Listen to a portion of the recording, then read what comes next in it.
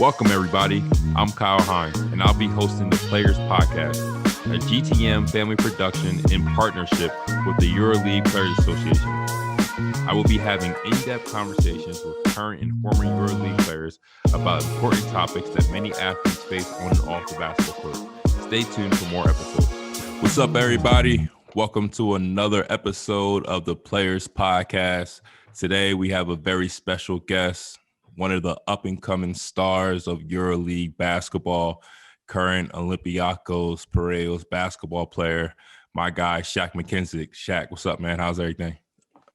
Everything is good, man. Thanks for having me. It's a real honor, for sure. I appreciate it, man. Now, I shouldn't even be talking to you, man, because you put me on a poster. Like, you couldn't just lay it up or tap the backboard, man. You had to put me on a poster, man. It was on ESPN. It was on everything. Honestly, I wasn't that bad until the next morning I woke up and I watched SportsCenter. It was like number 2 and number 3. I'm like Jesus Christ. But bro, you don't understand the emotions that was going, because I realized I dunked it and then I landed and I seen it was you and I was like, oh my God. And I was telling my agent, like, of all the dunks of mine that makes SportsCenter, it's this one that's probably like a 5 or a 6, for career dunks for me. But nah, man, I officially apologize, man. Nah, man, it's cool, man. It's all love, man. Because if I'd have blocked it, I'd have felt the same way. So, man, I thought I could get it too. I was like, It's like, man, maybe 4 or 5 years ago, maybe, but that's what you told me during the game. You was like, back in the day, that was punched. I'm like, I bet. Yeah, man. Now get into that. You just kind of spoke about it, So what was the most memorable dunk of your career? You've had so many, and I mean, the early part of your EuroLeague career, you've had a lot of highlights. So, what to you has been your most memorable dunk? Man, it was a few, like, at every level. Like, I had one at junior college. I had one in South Korea my first year out. Once I left Italy, I actually had one in Italy. My favorite probably, though, was the South Korean one. But if you put them all like up against each other, because I was actually creating something like that atop like 50 of my dunks, but then I didn't have the time for it. But they are somewhere vaulted, and maybe one day I can get to it. That'd be dope, bro. That'd be dope. It's about 7 or 8 that are about equal to me in my eyes. Yeah, man, I'm sure you're gonna have a whole lot more, though. I mean, the way you going, man. My favorite that I seen was you didn't dunk on anybody, but it was more like a statement dunk. The one versus Panathinaikos last year. It was just like it was just a statement. Like, the way you just took off and the power. I was like, yo, this is. I was like, you let everybody know that you here. Bro, I was waiting, man, long time for the EuroLeague shine, and every time when I think about, like, I just go back to Russia, like, after I left Gran Canaria, and and those emotions and those feelings that I was going through. It was really one of the worst years of my life, just in general. And it was just like, man, I'm probably never gonna make it to that big stage. So once Olympiacos took that risk or took that chance on me, I was like, nah. And I still got a lot of work to do, but like you said, like, that was a statement. Now, at what age did you first would you start dunking? And do you remember your first dunk? Yeah, the first time I ever attempted to dunk, I actually did dunk. It was my freshman year. And in middle school, I was always just playing around, like, slapping glass, but I never attempted to dunk. But everybody knew, like, Shaq has bounce. Why does he never try to dunk? Yeah. And then I actually moved cross country from Indiana to Seattle. And I'm at a new school. I'm in the hood. We don't live in the hood. I live, like, on Lake Washington, which is one of the richer parts of the Seattle area. I'm living there with my family, but I was on a waiting list to get into Franklin. Peyton Siva also went to Franklin. And yeah, shout out to Pepe. And when I'm on the waiting list, I'm got to go to Cleveland. So I got to bus it on the 7 across Seattle to go to West Seattle, bro. And that just opened up my eyes. I went from Indiana, church boy, raised in the church, the Wednesday choir rehearsal, Tuesday church, Sunday church, both services. And then to walk into that first year where it was like gun threats and just gangs and just, I'm getting not initiated like into a gang, but just into that lifestyle. It was like, I'm the only kid in the school wearing polos. Fast forward, 5 or 6 years later, everybody got onto the polo trend. Yeah, man, those were weird times, but it really gave me that dynamic to be able to adapt to any situation, which also helps with the overseas life. Every country I go to, I embrace the culture 100%. Definitely, man. Definitely. Talk a little about Seattle basketball. Because I mean the roots are strong there, man. You guys got a lot of hoopers, a lot of great stars. Like you said, you mentioned Peyton, but just talk about like just kind of coming up there and coming up in Seattle, and it's like the basketball there and what's it like? Man, you got to understand, like I was always like kind of timid or shy. Like I kind of always stood away. Like not to say I didn't like want to be a part of the crowd, but I was just kind of always my own person. So I never kind of like, they had Friends of Hoops, Rotary. Those were the big AAU teams. I went with a smaller team, Hype, and I averaged like 35 over the summer, and I played against those big teams and I was killing. And I didn't live, I moved from inner Seattle to the outskirts to Kent, Washington. So I have my own crowd that I rode with, but I would always play with. I looked up to Jamal Crawford for, my teen years. Like that was my guy. And still to this day, I'll reach out to him. But no, he was a pivotal part to, I feel like, me getting to where I am for other reasons. But he kind of lit a fire underneath me for sure. That's dope. And how bad do you think Seattle needs an NBA team? Man, I was there when those last years with KD, man. Yeah. I think now they'll respect it a lot more than what it was before they left, because before they left, bro, it was empty seats. It wasn't how they trying to portray it. But then once it's going, it's like, hold up now. If they get one back, it will be one of the main locations into the end of the NBA for sure. They're not going to get that back up. Definitely. Now, you just recently signed a contract extension with Olympiacos, so congrats to that. Talk about the reason why you decided to sign the extension, and what does that mean to you? As we spoke a little bit about before, I mean, there's how this game is, especially in Europe. A lot of times players don't get the opportunity to, sign or be with a team, after maybe 1 or 2 years. And it's very rare that a player finds a home. So, talk about that, how you've, basically, found a home. And then also the hashtags, I've seen that, the fans had a campaign to kind of keep you around. Talk about that feeling as well. I mean, for me, I feel like it would have been an injustice for the explosive player that I am to come to a place like Olympiacos and not give the fans their just due.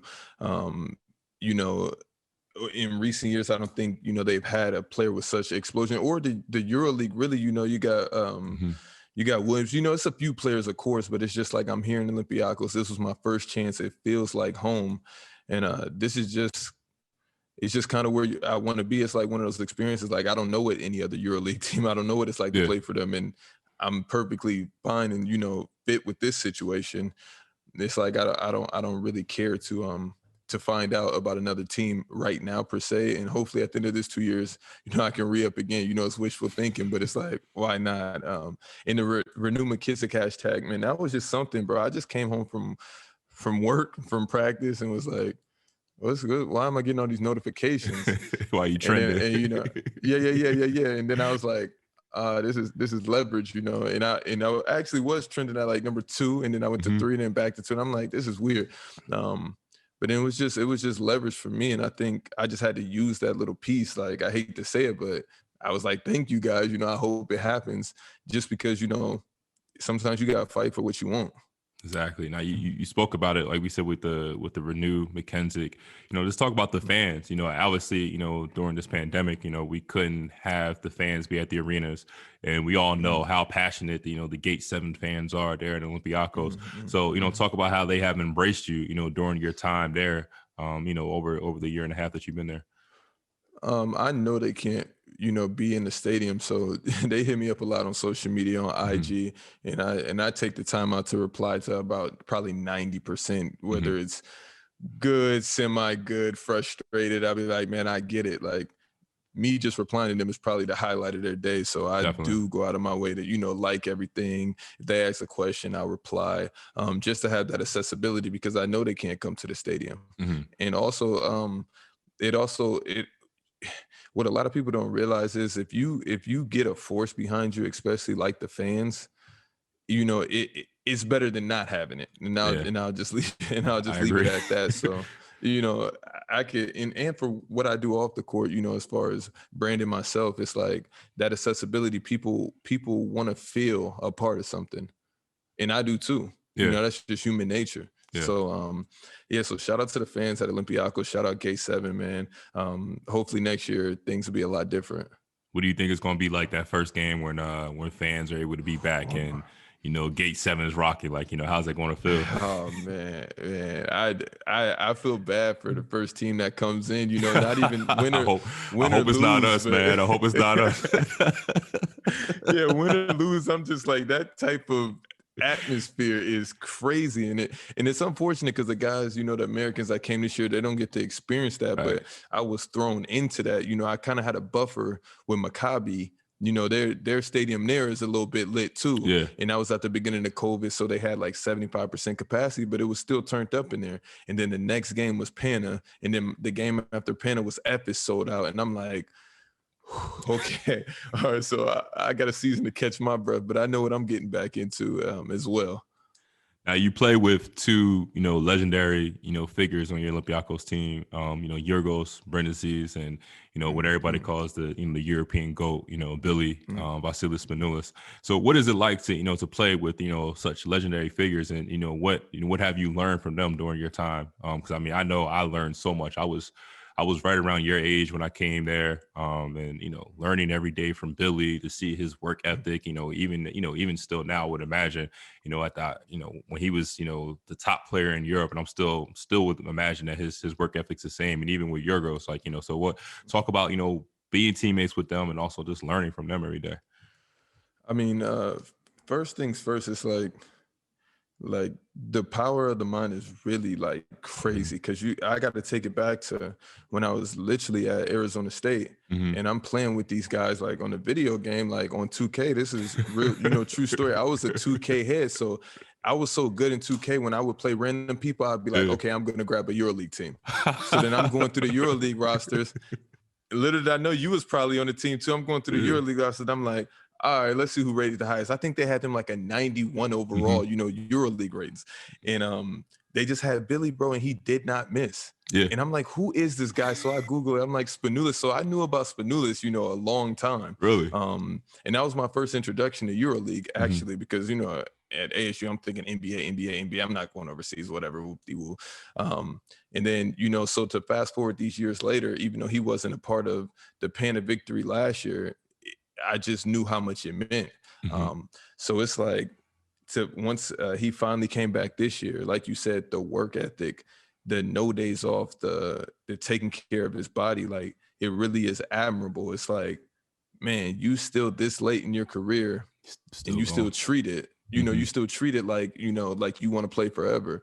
And also, even during the practices, I learned so much, probably things I can't, repeat on air, but it's like, he's on people. He's like, no, we do things a certain way. We do things this way.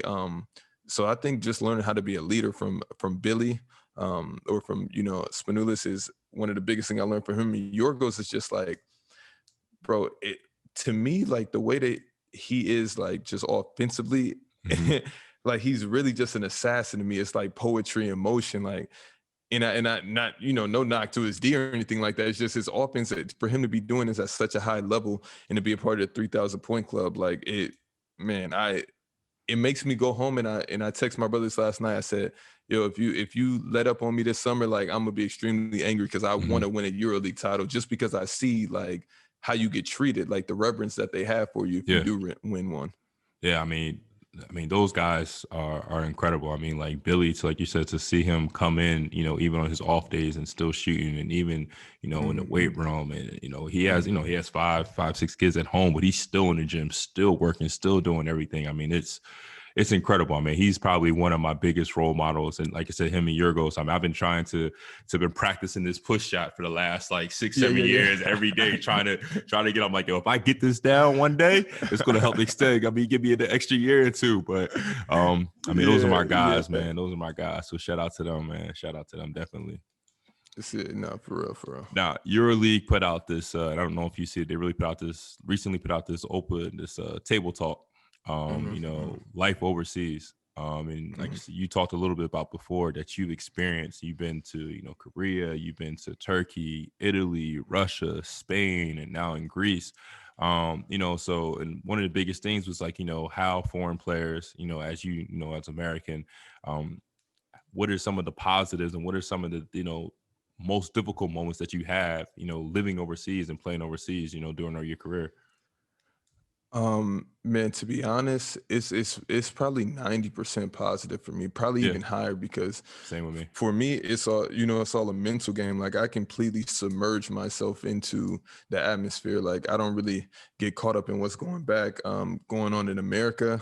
And I tell my family this all the time. Like I feel more comfortable here than I do in the States right now, especially with the height and, you know, everything with the BLM and what's going on there. But, you know, my wife is Turkish, so you know, I played in Turkey the most years, 3 years, love the culture there. And, you know, I met my wife there and I was like, all right, cool. Let's get married. So we did. That's simple. But yeah. But for me is, I'm trying to think of some negatives. That's why I'm pausing. I mean, I guess just the language barrier, I guess, because for me, the food is amazing. And, you know, I lived in the States my entire life, you know, so to even have the opportunity to come overseas and to go to so many different countries over the last 7 years is, you know, it's really wild, because I'd be like telling my brother, yo, you got to come here. And the first time he came to Istanbul, he was blown away, because it's nothing like what, you know, America portrays it to be. In the same thing when I first went to Moscow, I was like, wow, this, you know, this looks like a, you know, a nice place to be. You know, it's cold. I tell people that all the time. I'm like, yo, Moscow, like, because I mean, growing up for us, it's like, you know, Russia is always in the natural opponent, you know, and everything we've done. And I'm like, when I got to Moscow, I was like, man, this city is just like a hidden gem. Like, nobody talks about this. It's so beautiful, man. Yeah, exactly. And I feel the same way, you know, with Istanbul, and, you know, Athens is Athens. So everybody's, you know, oh, you in Athens. I'm like, yeah, Athens is amazing. I'm not gonna lie, but you know, it's a lot of amazing places in Europe. Do I get homesick? I think the main thing, the 10% bad part would be missing out when my mom has, you know, going through breast cancer and I'm over here, or my little brother being diagnosed with schizophrenia, or my, you know, sister with lupus, or my big brother having a brain tumor, like, and always literally being over here every time, you know, something big like that comes up. So it's kind of like walking on eggshells, you know, waiting for a phone call, you know, like, I just hope everything is cool, because I know I'm over here. But so I think the family and the health, I mean, that poses a big problem in my eyes. And the only reason I could see myself saying, okay, I'm ready to be done. Is there something about EuroLeague competition that surprised you? You know, when you first started, you know, looking back on it now, you know, like I said, you've had success, you know, up to this point, but is there something about the game that, you know, that you enjoy about EuroLeague? Yeah, man. I mean, apart from it being the highest level in Europe and kind of just having that respect, once you get actually inside the league, you just see how smart players are, and how smart coaches are. You know, players make you pay for everything at this level. You know, going into the Epis game previously, but Boaz just one of those players for me. He's always been one of my favorite players, and I think he knows that. But he's one of those players, if you try to cheat him, he will make you pay every single time. And that's what I respect. Yeah. You know, that's what I respect. And I'm like, man, I hope in 2 or 3 years I'm like that. So, I mean, you can learn a lot from, you know, a bunch of different players in EuroLeague. Now, my last basketball question, and you kind of mentioned it a little bit, but I want to go even further. You said 2-3 years. You know, looking at your career now, and let's just say, you know, 5-7 years from now, and you're talking to your future self, you know, where would you like to be? You know, what are your long-term goals in this game, this game of basketball? Man, I want a EuroLeague title more than anything. Like it really chews at me like every single day. Like it's just one of those things where it's the only thing I think about because I'm like, okay, I'm here. I've gotten here. I've proven that I belong here. But I still have doubters. So to take it to that next level, it's like I have to get a title. I don't even care if I'm the main person. I can average 2 that season. Yeah. But just to have that title, attached to my name, like you have, like, your EuroLeague royalty. I'm like, man, Appreciate it. just want to get me that. I hope. I don't need 2 or 3. I just need to win 1. And so I think from 5 years from now, it's like, just to make it to the Final Four, and have a chance for it is good enough for me. I just want the opportunity. Yeah, I mean, the way your career is going and the way you're playing, I definitely think that you're going to get there. Hopefully it's not against us, and hopefully, I'm long gone by then. But man, I definitely, like I said, man, you're definitely one of my favorite players to watch, and definitely one of the players I respect the most. Up and coming players that I feel like has definitely a bright future in this EuroLeague game. Thank you. Means a lot coming from you. Oh man, anytime. Now I want to get into what you're doing off the court, which I think is equally as important. So talk a lot about the things that you're doing, and specifically, let's start with the Players' Choice Show. Talk about the origin and talk about the beginnings of that, and talk about how all that kind of started. Oh man, it's a long story of how Players' Choice started, and it's kind of deep rooted into just the way I was raised. Like my mom being a single parent, we were always us 4 at the crib. She's going to work at 6, coming home at 6. So basically, my older sister had a huge part in raising me, but everything was kind of DIY, do it yourself. No matter if something broke, you kind of had to take it apart and figure it out, and see how to put it back together. So that's kind of, people ask me, a Player's Choice, like, how did you build that program? How did you figure out all those things out? And I'm like, a lot of hours on YouTube, a lot of failures, a lot of, this doesn't work, so I got to try this. This doesn't work, so I got to try that. My favorite thing to do is literally to fail, because I know every time I fail, there's an answer somewhere out there. That's a gem right there. So that's what it was with building Players' Choice. Like, people don't see. And I sent because I've been working on it for a while. Like, I always had, ever since I was in Spain, I was like, I want to create a show. So I sent the guys in Players' Choice now what it looked like 2 years ago. I just sent them a screenshot, and it's like night and day. I'm using the same program. All the knowledge was there, but it was just a learning process. And, in probably 3-4 years, it's going to look completely different than what it is now. But that's the beauty of it. The journey is by far the best part of everything that I'm doing. Because I know once I accomplish it, it's like, all right, what's next?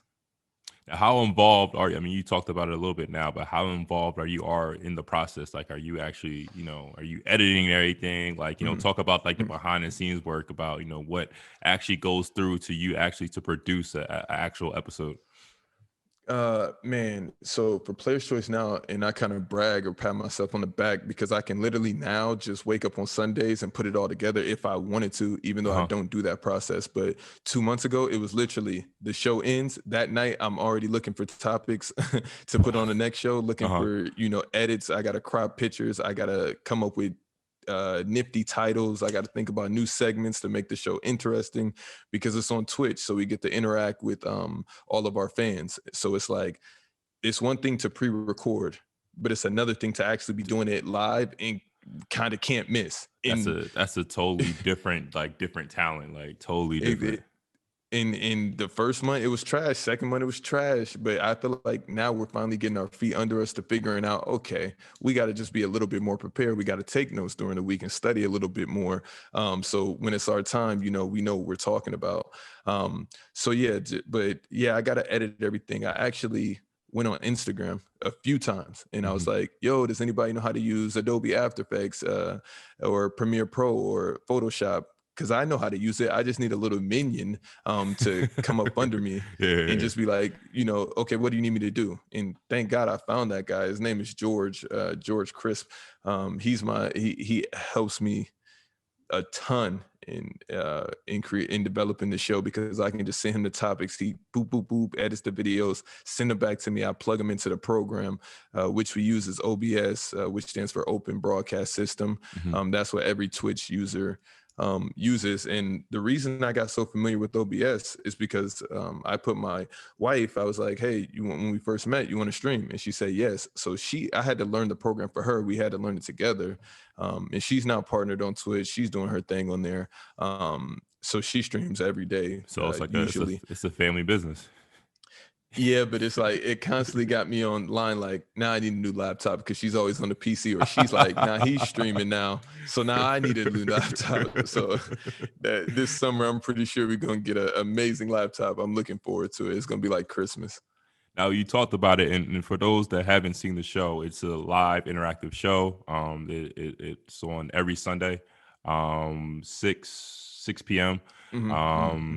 But why did you choose to do a live interactive show versus pre-recorded podcasts or pre-recorded, live, on YouTube or something like that? And then talk about Twitch for people that aren't familiar with Twitch, and why you chose, to have it on there.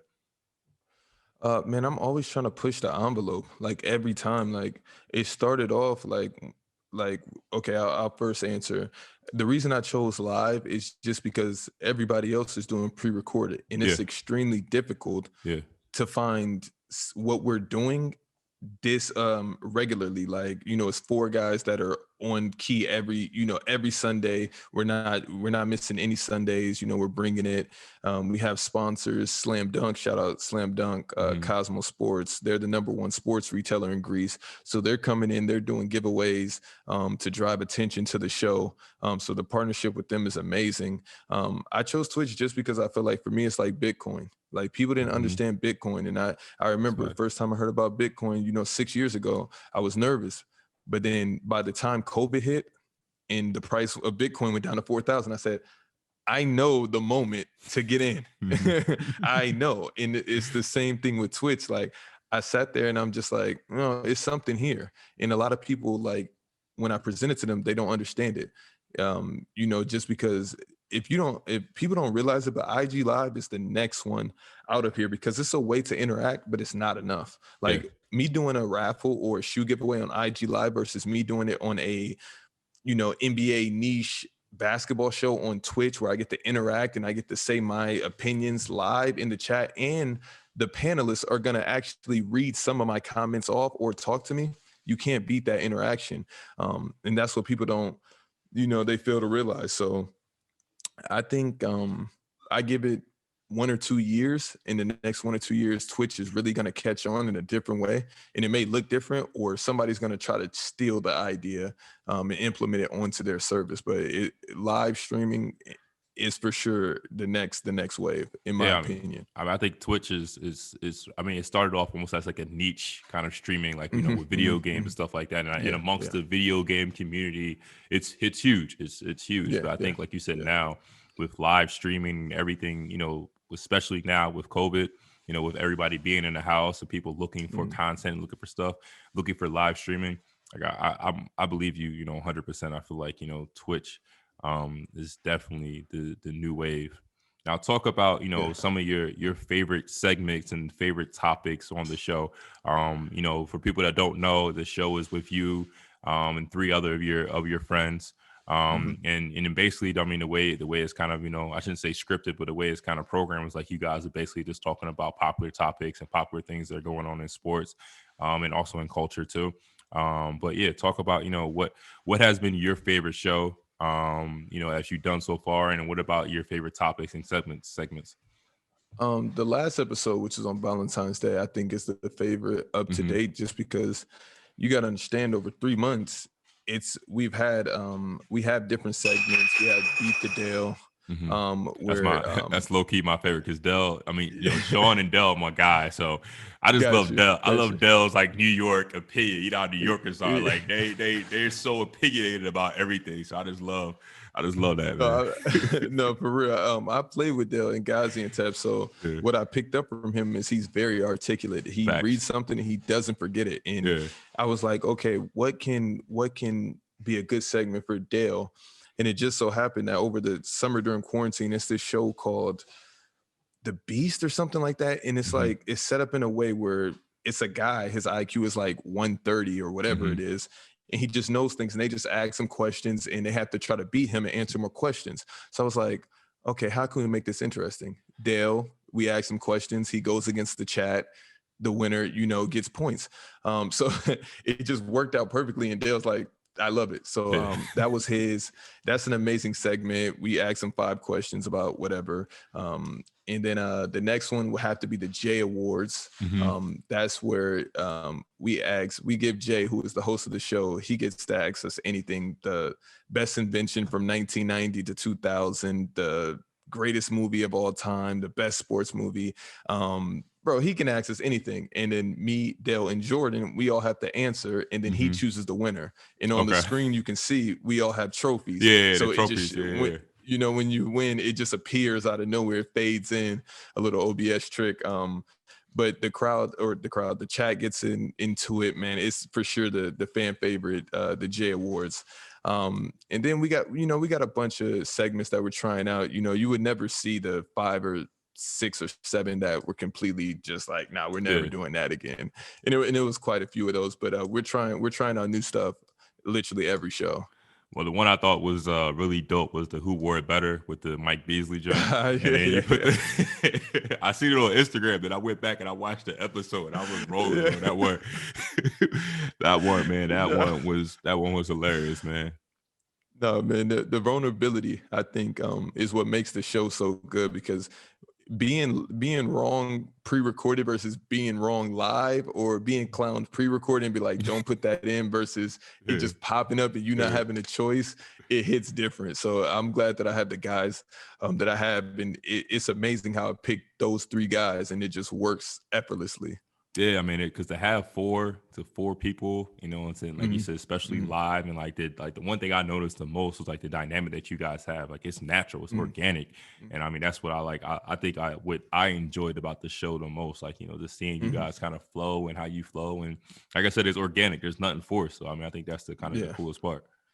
Yeah, no, that was a big part of everything. And just to put, man, just the mindset, like, it's just so crazy to me that, like, and I know you'll get into this later, but I just look around and I'm like, okay, how can I be different? Who's doing what? How are people operating? And that's when I seen you. Actually, Charles Jenkins put me onto your podcast, or not your podcast, but your Day in the Life in Russia. And then I watched that and I was like, wow, like, there is, granted, this is EuroLeague royalty that's getting away with this, essentially, my thinking, like, but I'm like, if he can do it, then maybe I can swing it. So then I started, getting my feet wet, like, okay, how are people gonna, take to this? And you have the flip side of maybe certain teammates or certain players being like, who does this guy think he is? Or even in the organization, like, oh, he should focus on basketball. But that's just not how life is set up. Like, you'll drive yourself crazy, every day, just thinking about, oh, we lost this game, or, oh, this didn't work out for me. Oh, no, it's good to have different outlets. I mean, and we can get into it now. Like, I think, one of the things and main reason why I decided to start putting out content was because every time I came home, people always ask me, about what's overseas life like? What do you guys do over there? And I was like, rather than continuously tell people, I was like, I wanted to give the opportunity to show them.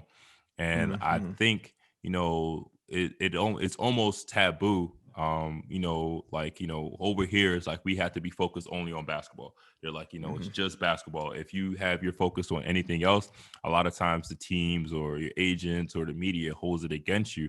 And I wanted to show people that, we're people just like them. Basketball is what we do, but it's not essentially, who we are. So, we enjoy, we have other things, we like things. And, and I also just wanted to show the other side of basketball. A lot of times, like we talked about before, there's 90% of, majority of players, they love playing overseas. We get treated, we get, experiences and different things. And a lot of times, I think, especially back in the States, you don't hear about those stories. You hear about the stories that the negatives, people not getting this and that and the other. Exactly. So it's like, I wanted to have the opportunity to show that. So, talk about, your decision. You talked about it a little bit before, but talk about your decision, when you decided to, say, listen, like, I'm just going to, I'm gonna put this content out. If you like it, you like it. If you don't, talk about, like, you just basically pressing the button and deciding to really do it. Man, it's the same thing I tell anybody that's struggling with hoop or just struggling to follow their dreams. Like, once you don't care that this may end in me living in my mother's home on her couch again, once you just be like, I'm okay with that. Yeah.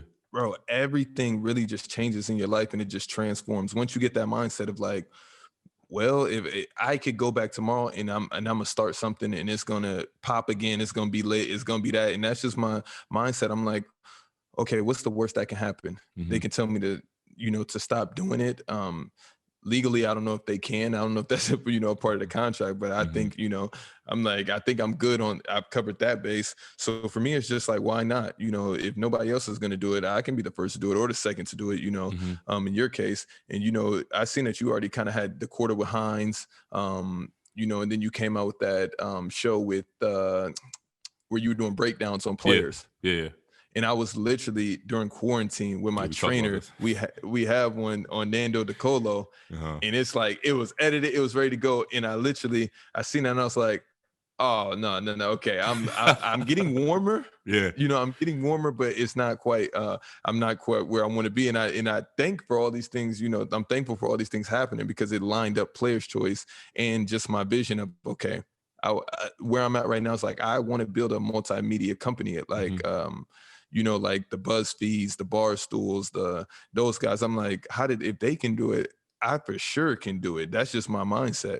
And I can do it while I'm playing basketball. And it's the same way, players can run businesses back in the States, whether it's real estate or, whatever it may be, and also play basketball. It's just the visions are aligned a little bit differently, but it's essentially the same thing. And I also like to think I'm cut from a different cloth, especially with what I'm able to do. And this is not me tooting my own horn, but it's just like, I feel like you got to have that confidence to be like, indeed, nah, I'm going against the grain. Indeed. So what has the reaction been to the Player's Choice show and also to the content that you've been putting out, which we'll talk about a little bit after this, that you've been putting out. What has the reaction been to the fans, to your teammates and then to your peers around you? It's been huge. It really, to me, I'm actually blown away just for the number one retailer in Greece to come along and just kind of be like, hey, we like what you're doing.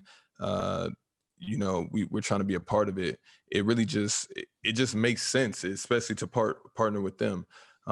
So for me, it's one of those things where I'm extremely happy about the reception, but I still know that there are people out there like, why won't he just play basketball? Yeah. Their team's losing. Why won't he just focus on, here's another story. They just lost 3 in a row and he's still doing this show.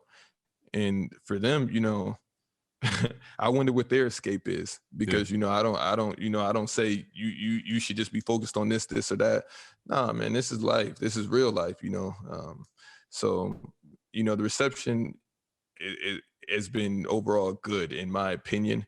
And there's a bunch of things behind the scenes that, we can talk about later. I can't, but big things are for sure on the way.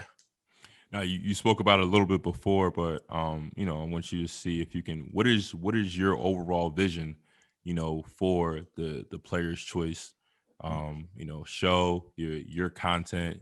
Like you said, you want to have a multimedia, empire, but, over the next, couple of years, what is your vision and where do you see yourself, taking this? Is this when you retire? Do you want to be involved solely in media, or is this more, like you said, now just kind of like an escape for you?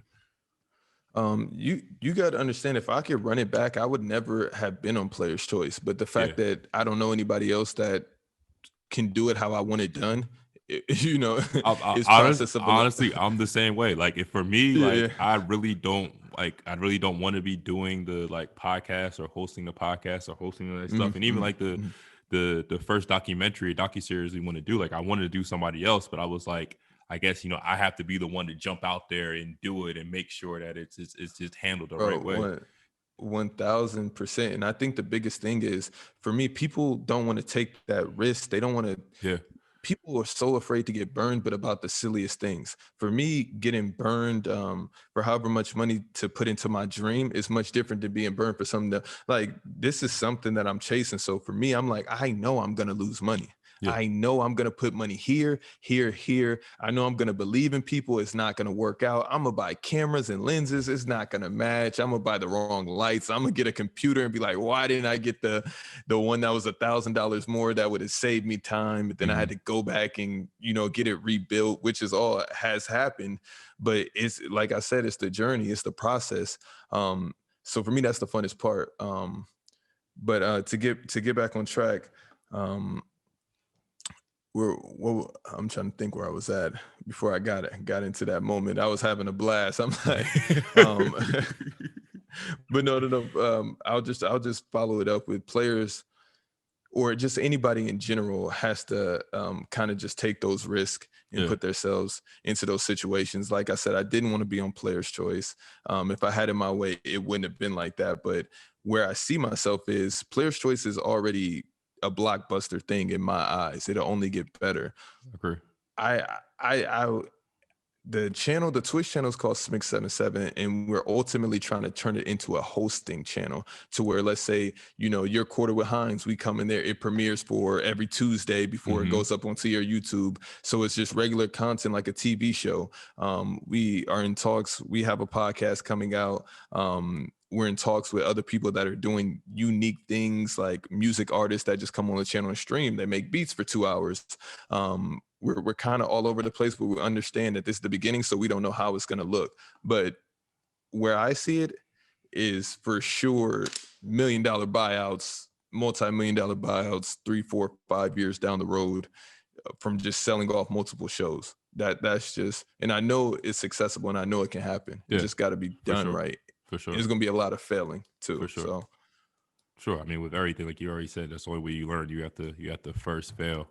Now, if I'm a player, and I want to get started, I want to, film some content, or I want to put some content out there. What are you, like you said, you've been through it all. What advice would you give to me, to start my content, or to start my show, or to start something I have particular? What advice would you give to me? First off, probably therapy. And that's a serious question. I mean, that's a serious answer. I'm telling you, like, I've had a therapist since college, since Arizona State days. So I'm able to talk to her, and she's asking me questions like, what are you afraid of?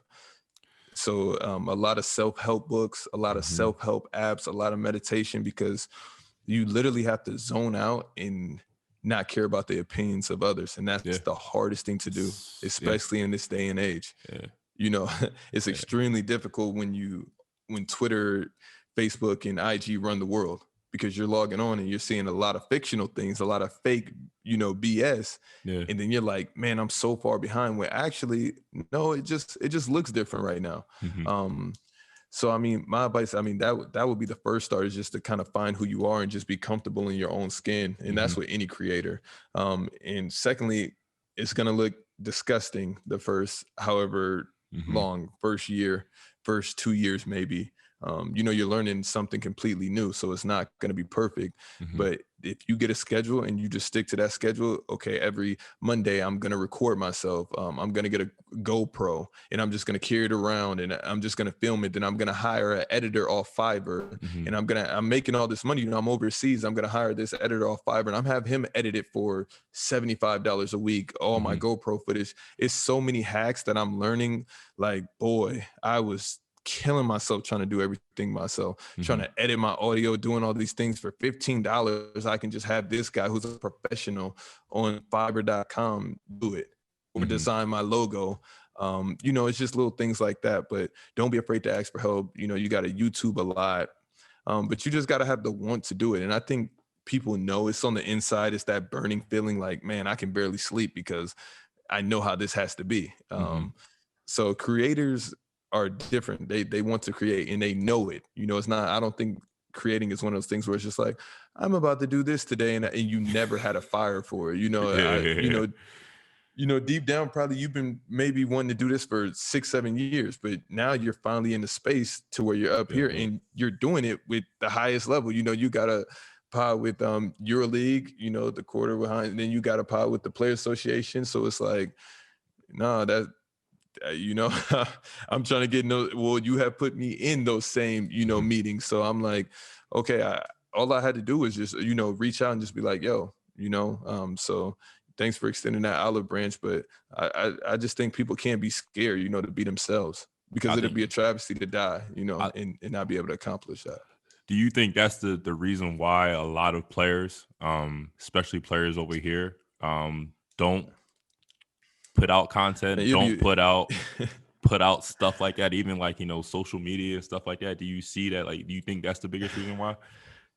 It's no more uncomfortable feeling than putting a 1-minute trailer out for your docuseries the day before and then going into practice the next day, because it is eyeballs. Like, everybody's seen it. I mean, like, what you guys think of it, but I'm now the guy, like, in the locker room. I'm that guy. I'm the Twitch guy. I'm the computer guy. But it's just like, they're the fashion guys. I leave that to them. They know how to whip themselves up, and I be seeing their outfits and be like, oh, that's dope. I wish I had the time. And I'm putting my money into, I'm spending $5,000 on computers, and they're spending $5,000 at the Louis Vuitton store. It's just, you just got to see where you're, and there's nothing wrong with that at all.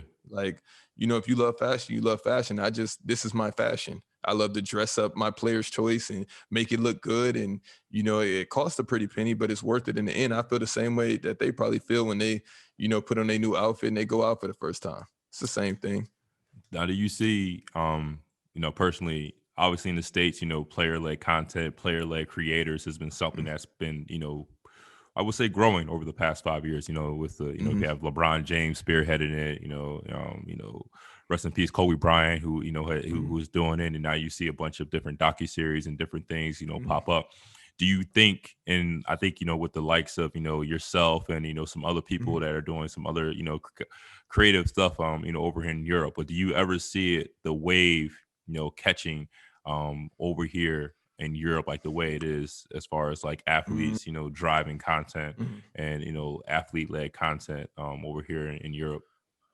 I don't know. Hopefully, you and myself can be pioneers, because when I look around, like, I see a few guys with some YouTube stuff, but as far as just, opening up those doors to be like, no, you guys kind of got to respect it, and we can create, something beautiful on our own. And it doesn't have to be like, oh, my hands are tied and I got to follow these rules. And, so I think those days are coming. I don't know. We may or may not be the martyrs for that. I mean, somebody's got to be somebody. Somebody got to walk on the front lines, man. Exactly. But I'm pushing the envelope, as hard as it can be. And over these next 5 years, it's going to be some wild stuff, and it's going to be maybe some controversies. I hope not, but I know where I want my content to be, and I know what gets eyeballs. So I hope people don't take that as a like, he just wants attention. No, I just want a good show. And not saying that will ever be the case, but it's just like, I can't do anything that's repetitive or boring on my channel that I don't believe can be big.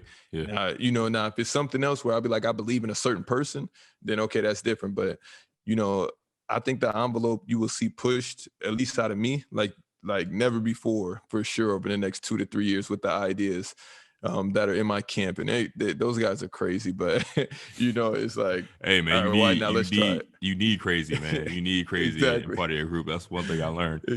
Exactly. Now, you spoke about it a little bit just now, but is there something in referring to like European basketball or overseas, like that you will want to see, a story or a topic or something that you've seen that you'd be like, yo, like, I want to see this get out there more. Like, I want more eyeballs on this.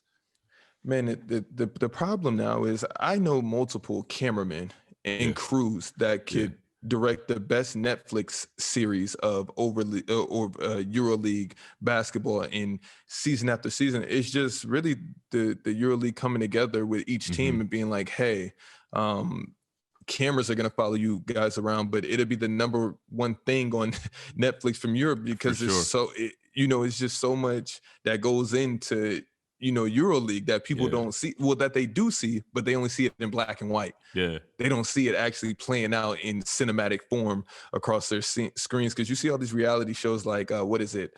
Last Chance U. Yeah, I was just about to say that. These type shows.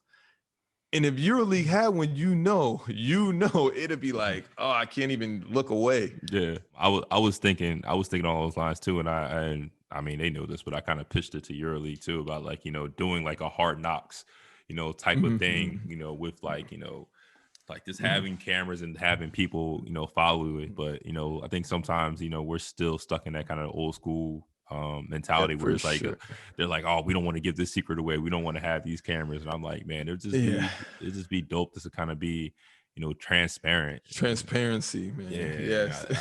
I think and also seeing with the Michael Jordan docu, with just the past documentary, I think it opened up a lot of people's eyes, and you starting to see more documentaries come.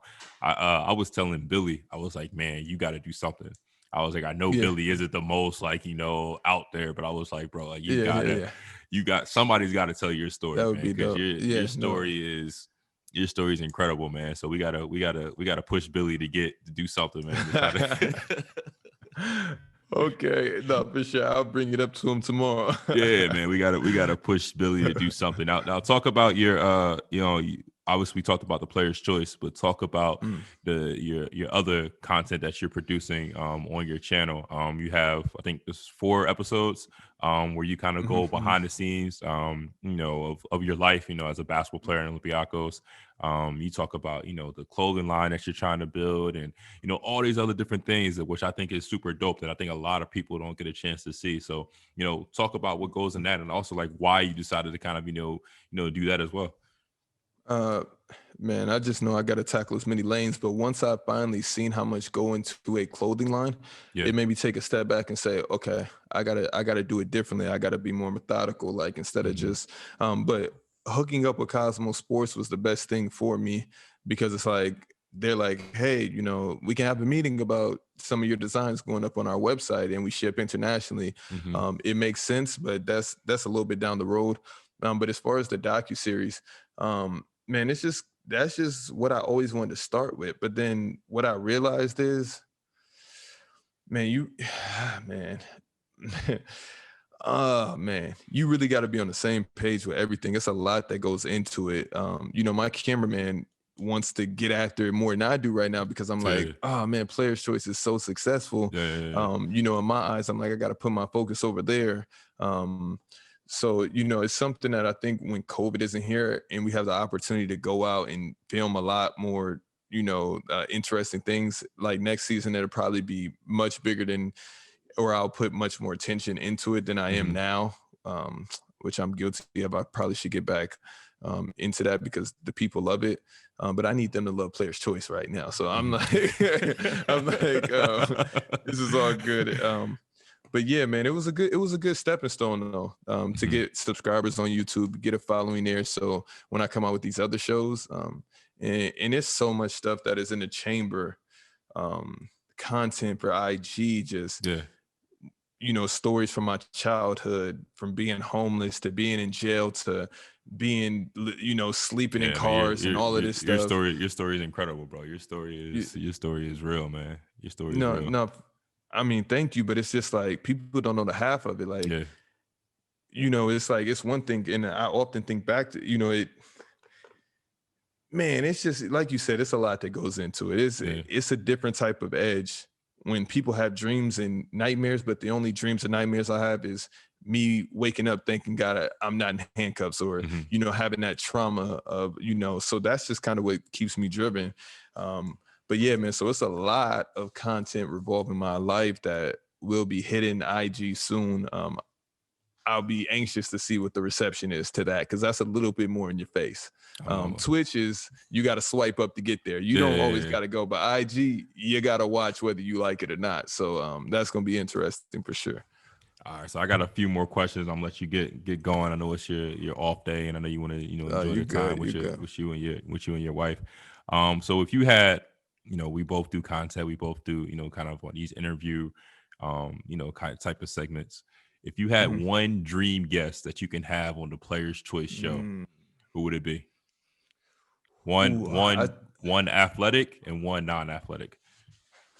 Okay, right now, because of where I'm at in the situation I'm in and how close I think I am, I think Giannis, that would be epic to have him on, just because, he's a goofball too, so he'd get on there and have a lot of fun. I think Giannis would do it. I think that Hopefully so, man. It was close to happening, but it was so new. It was at conception, so I was like, man, let me get proof of concept first, and I'll come back to you. But non-athlete, man, that I can just interview straight up and not be on the show, probably, man, I really like Matthew McConaughey. I do. That's one of my favorite actors. I tap into all of his interviews. For me, it's just like when he's in character, he's in character. And it's real respectable for me, and just the way he lives his life. Like I said, I've listened to a few of his podcasts. And I like his content. Content. Agreed. And what are you talked about, like just the podcast and some of the things you listen to? What's some podcast? What are some of your favorite podcasts, and what is some of the content that you're listening to that kind of inspires you to be a creator? Got you. Gary V, that's a huge one. His rants, he'll have an old one come out from 2009 or 2016. I'm like, I'm watching this, or I'm listening to this for the second time on this flight. It's an hour and a half, but I probably missed something.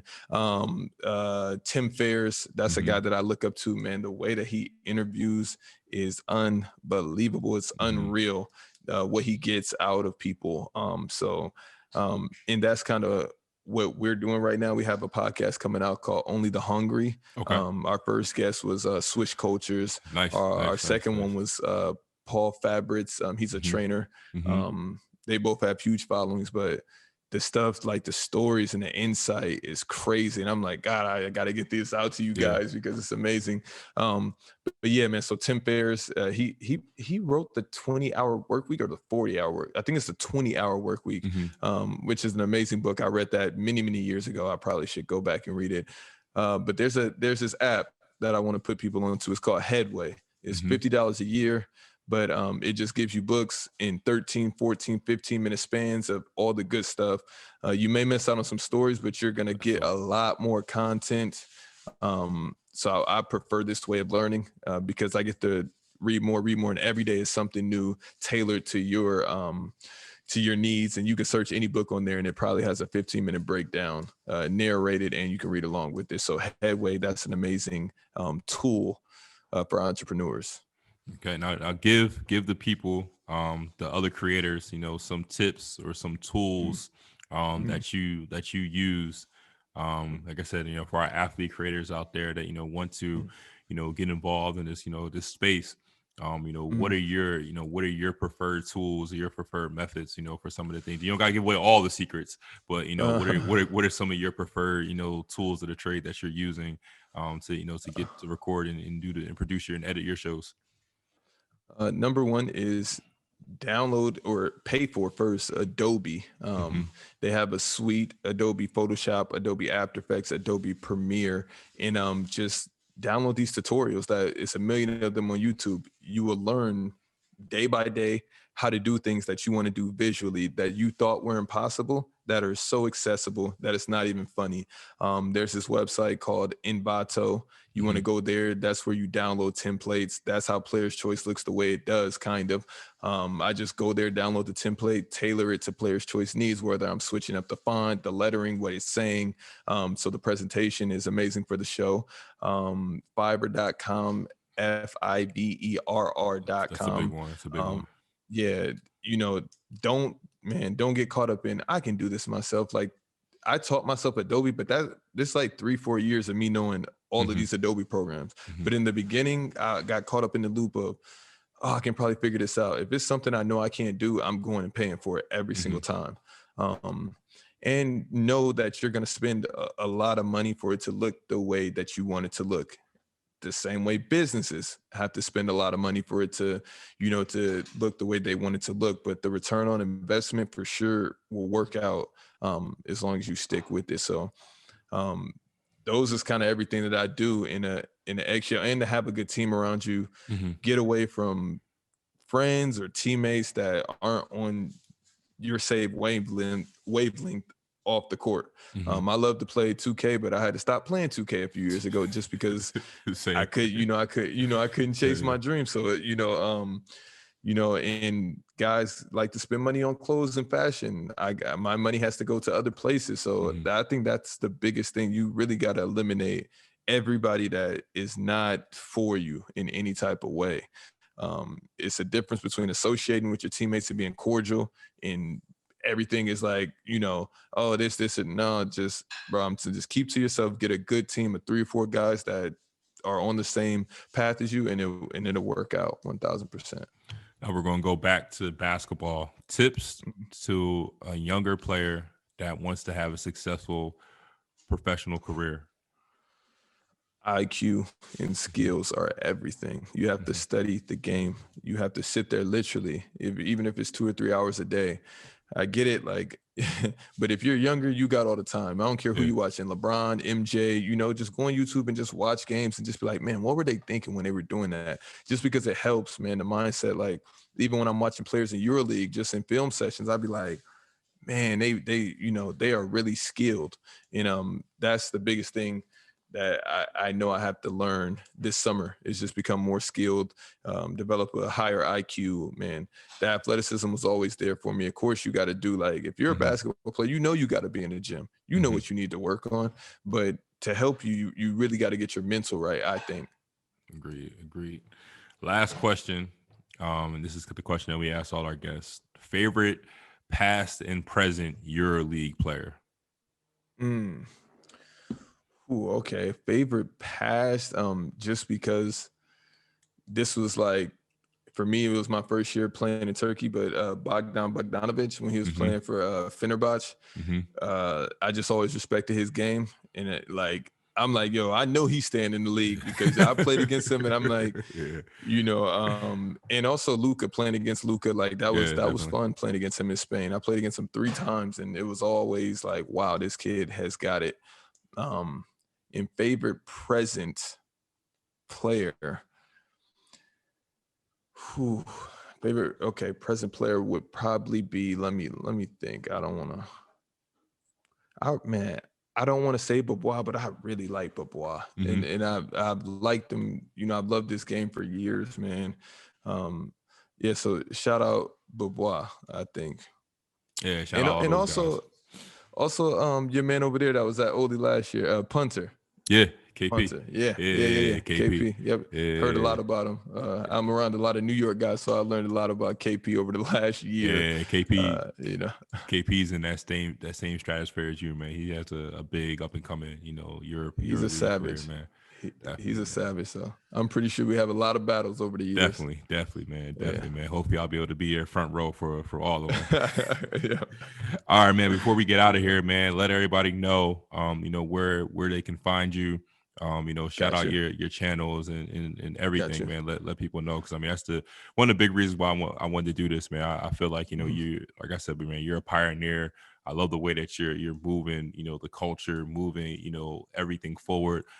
Especially in this content game. Like you said, you're not afraid to push the envelope or take risks or be vulnerable and put yourself out there. And then the best thing about it is, like, the content you're creating is dope.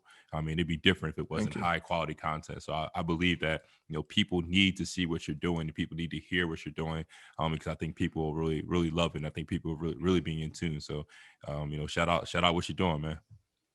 Got you. You can find my docu-series and reruns of Player's Choice on YouTube.